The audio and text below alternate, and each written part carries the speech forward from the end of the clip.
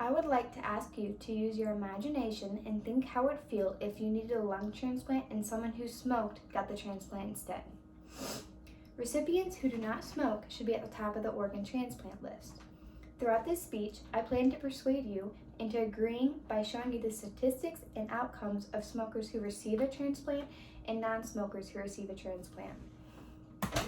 In an article written by the University of Utah Hospital, it states, generally speaking, we do not transplant organs in patients with active alcohol, tobacco, or illicit drug dependencies or abuse until these issues are addressed, as these substances are contraindicative for a transplant.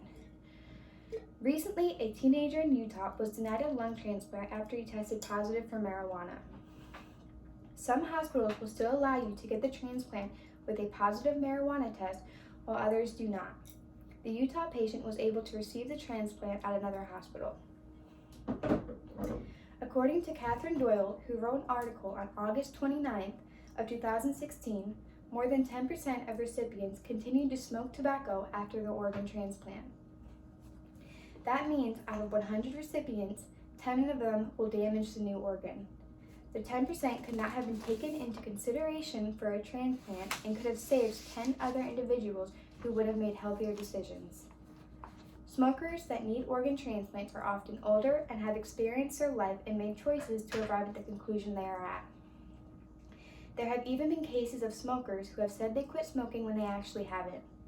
Why should smokers be allowed to get a healthy organ just to continue the bad habits and damage the healthy donated organ? In the article, How Smoking Affects Your Lungs, written by Comanche County Hospital in May of 2019, they state that after one puff from a cigarette, 7,000 chemicals are released into your bloodstream. Tobacco contains carbon monoxide, a deadly gas that displaces the oxygen in your blood. Tobacco basically deprives all your organs from getting the oxygen they need to work. Smoking can also destroy tiny little hairs that line your airway called cilia. Without these tiny little hairs, mucus and debris can easily fall into your lungs and cause health complications. After an organ transplant, your body is already at a higher rate for complications, and smoking only furthers these complications. An article written by Tom Douglas on April 18th of 2018 questions whether an individual should be refused a transplant to allow a non-smoker with a similar medical need to receive one.